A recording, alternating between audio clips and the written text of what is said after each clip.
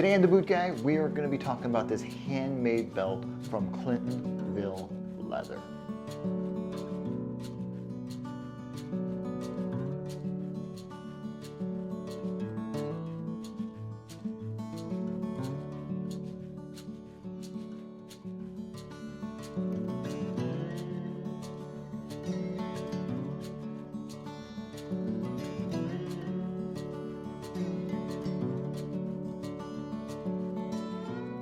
Okay, right off the bat, as the boot guy over the last year, I have been sent a ton of crap.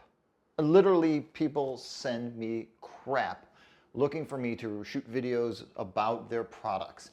And when I email them back after I get the products and tell them, listen, what you sent me was crap. I would love to send it back to you. They usually never reply back. So I've been a little weary over the last few months when people approach me asking for reviews on products. Now, when a manufacturer sends me something that's crap and I email them back, they usually want to justify why it's crap, off price and country of origin and stuff like that. But the artisans don't. Now, maybe it's because earlier, a couple years back, when I ran that contest for another leather worker, that a lot of the guys said, oh, here's somebody that'll help us promote our products, and I will, as long as it's not crap. So when Bill Carnes, the owner of Clintonville Leather, contacted me and said he'd like to make me a custom belt, I was iffy, I was weary. I was like, all right, let's try it out. Let's see what happens here. Sent him my sizes, did exactly as he asked, and he has this whole regiment for measuring your waist, your body, and the belt you wear daily in order to get the right length, the right amount of holes, so that everything lands in the right spot with the right buckle. Let's take a look at this belt. All right, my custom 1.5-inch belt from Clintonville Leather is outstanding. Now, when you compare the thickness of this leather to anything that you're gonna walk into a store and purchase, you're not gonna be able to do that. Outside of equestrian type leather products, a belt that's this thick and well made does not exist in the retail market. And if it does, it's in a place that I've never been to look around to see if they actually have great belts. What Bill has done by creating probably the world's perfect leather work belt is he's taken the time to select the materials. He's taken the time to measure the materials, and he's taken the time to hand forge the brass buckle. The buckle alone is a piece of art. The way he puts this whole thing together, and it's just beautiful. I mean, when you take pictures of it, it looks beautiful. It has a very nostalgic look to it. And I'm always talking about patina on boots, and I wish I had some initial photos of this belt before I started wearing this, because since I've gotten this belt, this is the only thing I wear, because it's perfect. It does everything I need it to do. I wish I would have taken more photos out of the box. I was so excited once I saw that it wasn't a piece of crap that I just wanted to start wearing it. I wanted to break it in. I wanted to get it soft. I wanted to get that curve that happens with belts that becomes part of you. I wanted to get that to start to happen, and it did. It took a while. A piece of leather this thick is going to take a while for it to break in and start take on that natural shape of your butt and your hip and whatnot. But it happened. So now, justifying the cost of what Bill gets for one of his Clintonville Leather custom belts to, let's say, a belt like this. This is a high-end leather, they call it a work belt, from a very famous maker out there. This is an LL Bean belt. It's a good belt, don't get me wrong. It's a good belt, but it's no Clintonville Leather. And then this is a belt that my wife picked me up from the boot barn in order to match a pair of boots that I had. This was some sort of present she got me, something for birthday, Christmas, Father's Day, something like that. She picked this up to match a pair of my Western boots. And this belt runs about 25 bucks. That buckle probably set her back, I don't know, probably another 50, maybe 75 bucks, depending on where she got it and whatnot. So this whole combo's in the $70 range maybe. It's a piece of crap.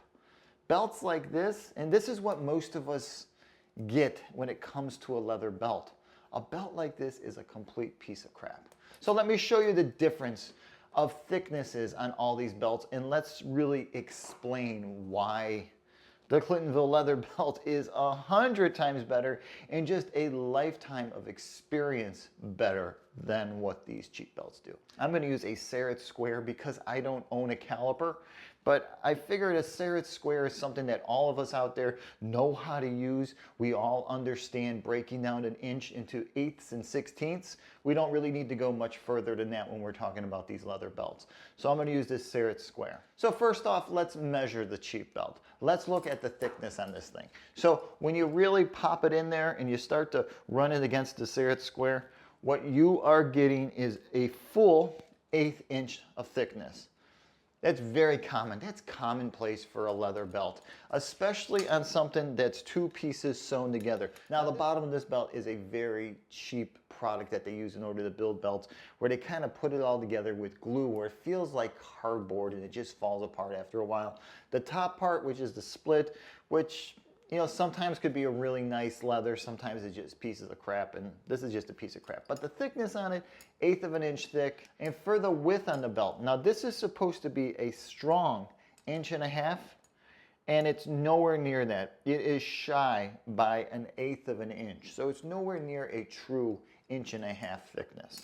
Now my LL Bean belt here, this is a softer piece. This is more like a glove leather or maybe a bag leather that you would build a briefcase out of. This is not like boot leather or equestrian leather. It's a softer leather. It's casual work is where it falls into. And it's not a cheap belt. I mean, this runs you about 45 bucks. Maybe it's up to 55 bucks now, depending on, you know, where you're at and when you're purchasing this belt and whatnot. Now, for actual thickness on this belt, 1/8 of an inch on this belt too. And for width of the belt, I am getting just under 1.5 inches. It is an exact, almost an exact replica of the other cheap belt. It's just under a perfect 1.5 inches, which kind of makes you, when you put an actual measuring tool onto a cheap product like this, you kind of feel cheated.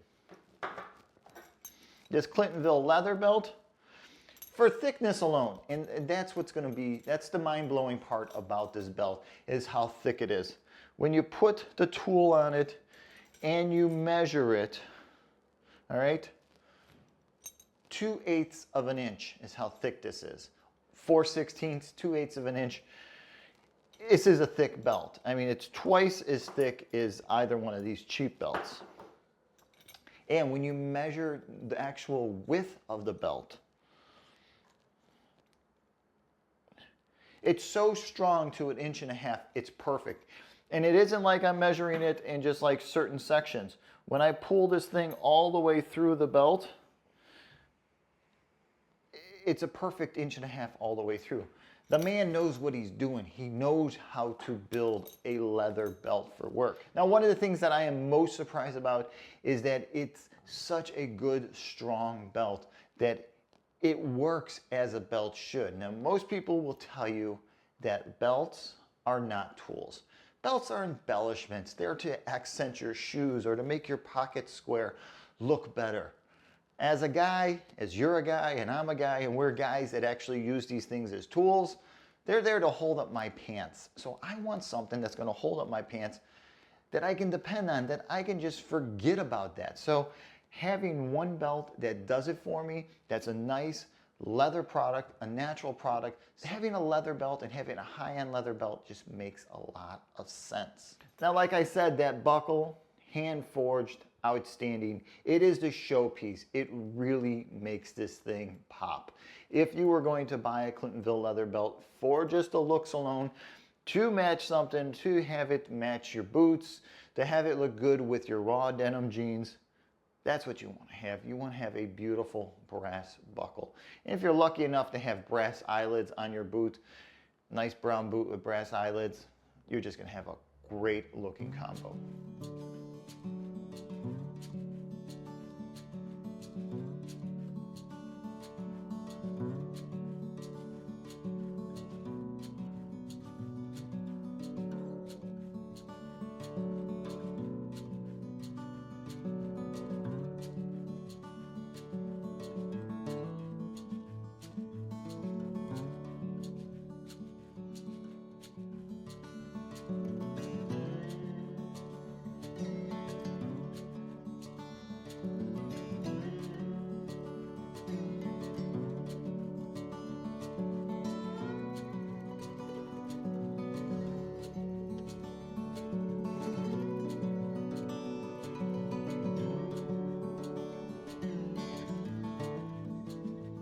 So that's the 1.5 inch handmade work belt from Clintonville Leather.